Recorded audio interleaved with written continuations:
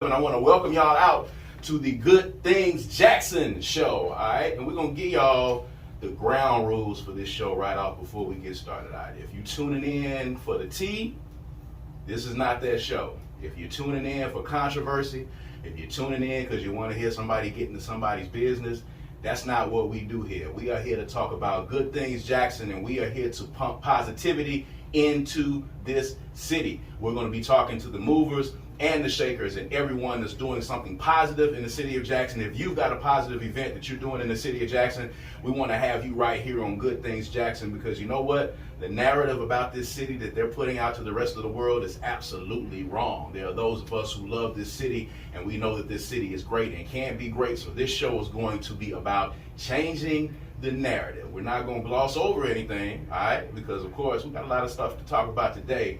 We're not going to gloss over anything, but we're going to keep it positive, and we're going to talk about the good things that are going on. We want to make sure that you all are joining in, so make sure you are following me live on my Facebook page, on the 97.7 app, and we'll be putting the show up for folks afterwards so you can hear all of the good conversation that we have going on. My very first guest today is an old friend of mine, and he is a representative, state representative for the state of Mississippi, Chris Bell.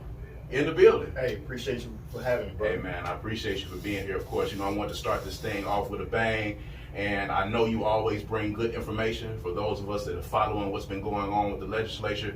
We're glad to have you here. If you are tuning in right now on Facebook Live, send us your questions or your comments. We're going to talk a little bit about this Jackson water crisis, but we're going to talk about it from a different standpoint because we know what is going on. We know where we are. You are in the state legislature, and what a lot of people don't realize is that the coffers, the money, the funds that Jackson, Mississippi needs, and that we always talk about getting for the city of Mississippi, for the city of Jackson, those things run through the legislature. This is a legislative issue. You guys are at the crux and at the forefront of figuring out, how we're going to get these monies, what monies we're going to get, and where those monies are going to go. So, for a lot of people out there that are listening that have been having water issues during this water crisis, we're going to talk today a little bit about, the ins and outs of this. So, you being in the legislature, I want you to be clear for everyone out there, because we've talked before. Right. There's a long-standing history of what's happening with our water issues in the city of Jackson. It's not anything new. It's something that you as a representative have been dealing with for a long time. So, just in a nutshell, for people that might have been under a rock, or for people who have been misinformed on how we got to where we are today, kind of give them a little background information on that. Well, Brad, again, thanks for having me. And let's just be honest. You stated that we've had this issue for years, dating back past Harvey Johnson as the mayor. Yes, absolutely. And Harvey actually spelled out everything that went on during his administration, as far as the ask from the legislature before I was even in the legislature. Mm-hmm. The attitude there about Jackson is not good. Whenever we ask for something for our city, there's always some sort of pushback. Right. There's a lot of excuses that have been given to us for us not having what we need. Right. So getting to this water issue, it started really when we had the hard freeze. Mm-hmm. We sustained a lot of individuals who did not have water. Right. Busted pipes all over the city. Right. We came in as a delegation and said, look, this is the money that we need from receiving information from the city. We need $47 million to start patching and getting this stuff up and running. Right. We didn't get it. Right. They gave us an excuse as to, here, we'll give you $3 million for some fuel for your $3 million. $3 million for your water treatment Out of plant. $47 million. Out of $47 Gotcha. million. Gotcha. So now, fast forward to the Ross Barnett Reservoir reaching its flood stage and releasing the water into the city of Jackson, which the pumps could not handle. Right. That's a whole nother issue of Absolutely. flooding black communities. Absolutely. So now we're at the stage where individuals want to quote unquote step up, and thankful to Congressman Thompson and his leadership and getting FEMA on board and understanding the needs here in the city of Jackson. FEMA has stepped in to help per the governor's emergency declaration, Right. Which we have asked, the delegation has asked, look, man, we need a disaster declaration to receive even more funds from the state, from the feds, and he refused to do so. Correct. So this is a problem, of course, that people want to try to put in the laps of different people. Right. They want to absolutely try to, place blame. Of course, one of the things that we do classically is we try to figure out who's at fault here. There's a lot of blame to be passed around on both sides. So let's just be honest and let's be transparent here, regardless of how you feel about either side. From your vantage point and having dealt with this and knowing what the legislatures had to deal with and trying to get support for the capital city, when you talk about areas where we could have done better on both sides, where do you see those?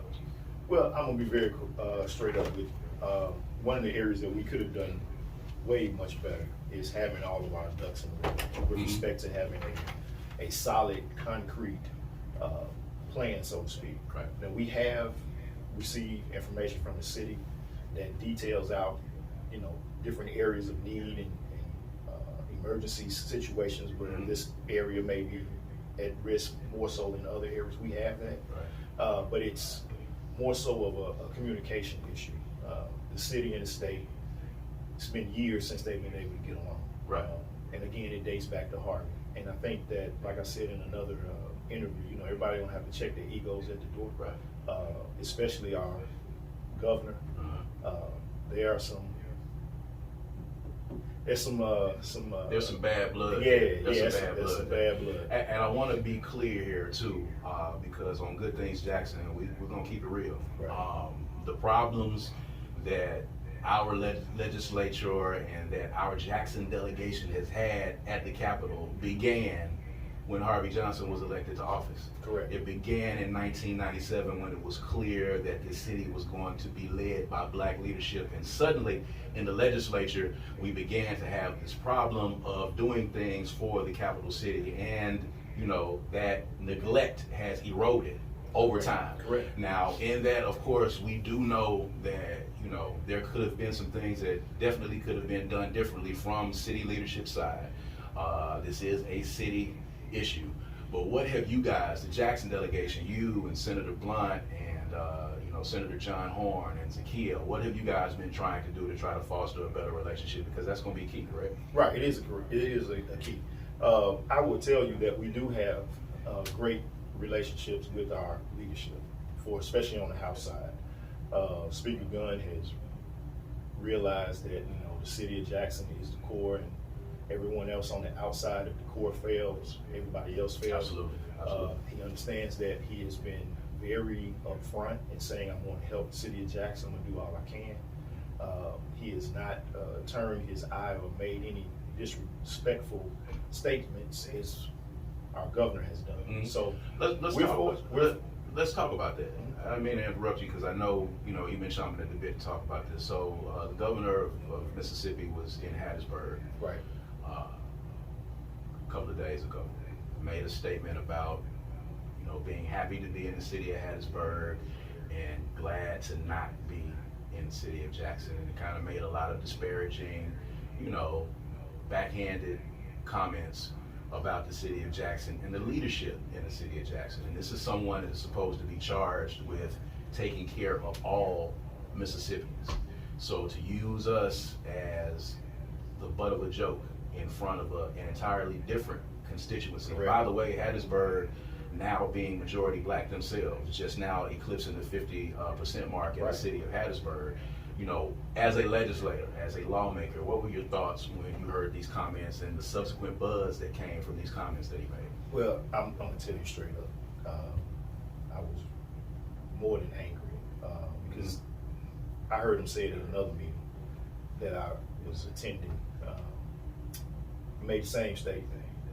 I'm happy to take my public works hat off and, do something positive. And it's like, dude, you made in your statement when you ran during your inaugural address that you were for all Mississippians. Right.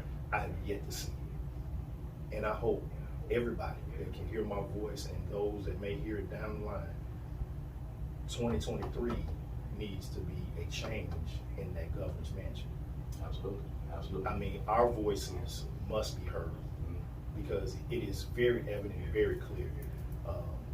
All jokes are not jokes, and we know from his history and past statements that he has no care or concern for the citizens and the residents of the city of Jackson. And we know the spirit in which those quote unquote jokes, were made. There's nothing funny about it at all. It's nothing funny, of course, about people not having clean drinking water. That's right. It's not a joke at all with people not having water to be able to bathe and to be able to cook. These are not jokes, and these are things that we know that past administrations have asked the governor That's right. and the legislature for. You know this to be true. You know this to be the case. So now people want to know what's next. Okay, the boil water notice has been lifted for now. The water plants are operating at full steam. Correct. What is the next move as you guys are getting ready to approach session? What are y'all working on? So I can tell you that we have all come together and realize how critical this water issue is, and that we know that we are going to have to ask for as much money as possible so we can help our situation, better our situation. I'm on a call every Friday, ever since the legislature ended, about ways that we can get our application for this 25 million or 34 million that the city is going to apply for. Make sure we have all our ducks in a row, that our information is tight.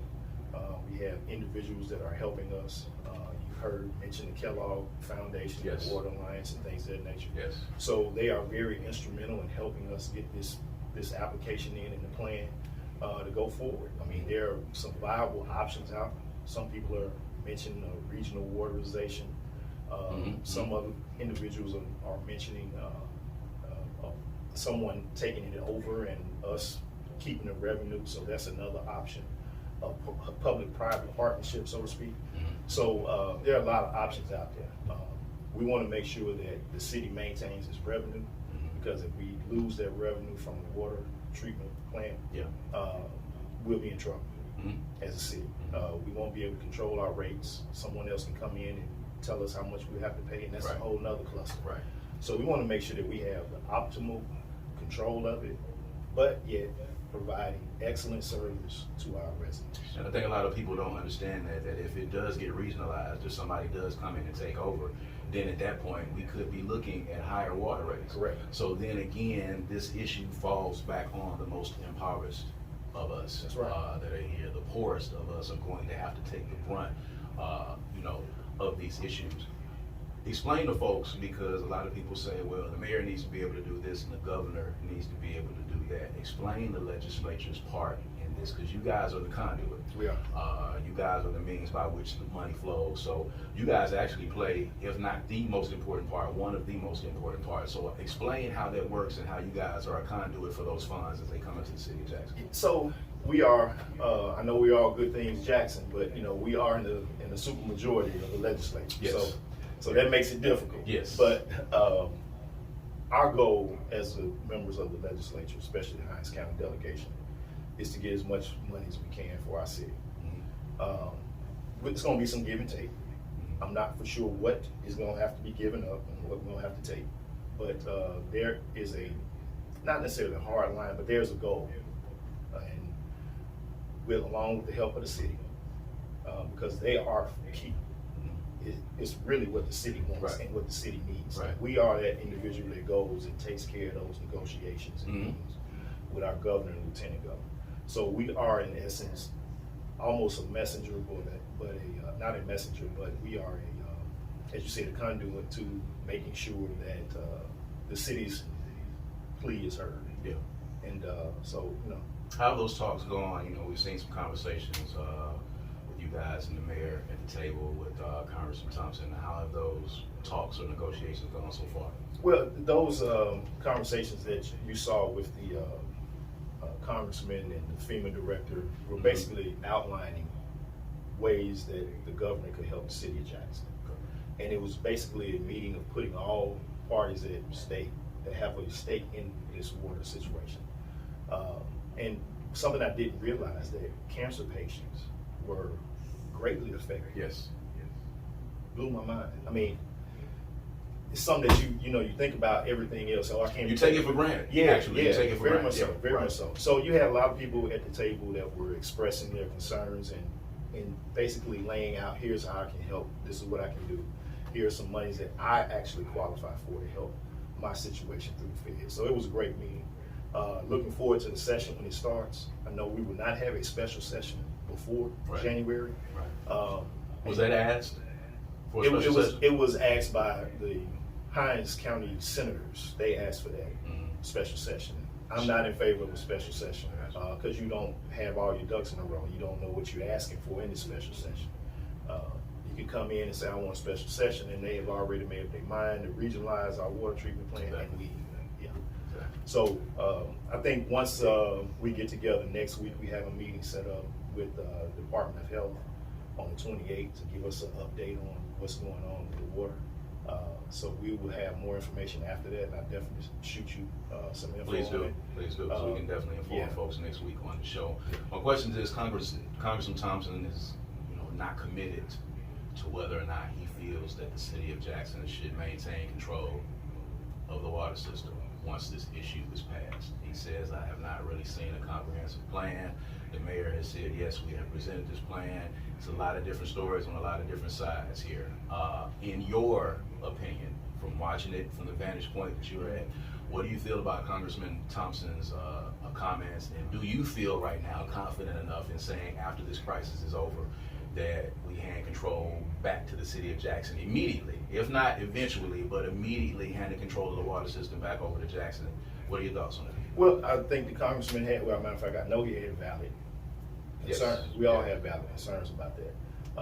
And even the city of Jackson has even said, look, if we can do a public-private partnership with this, we're cool, as long as we maintain the revenue that comes in from the water treatment plant.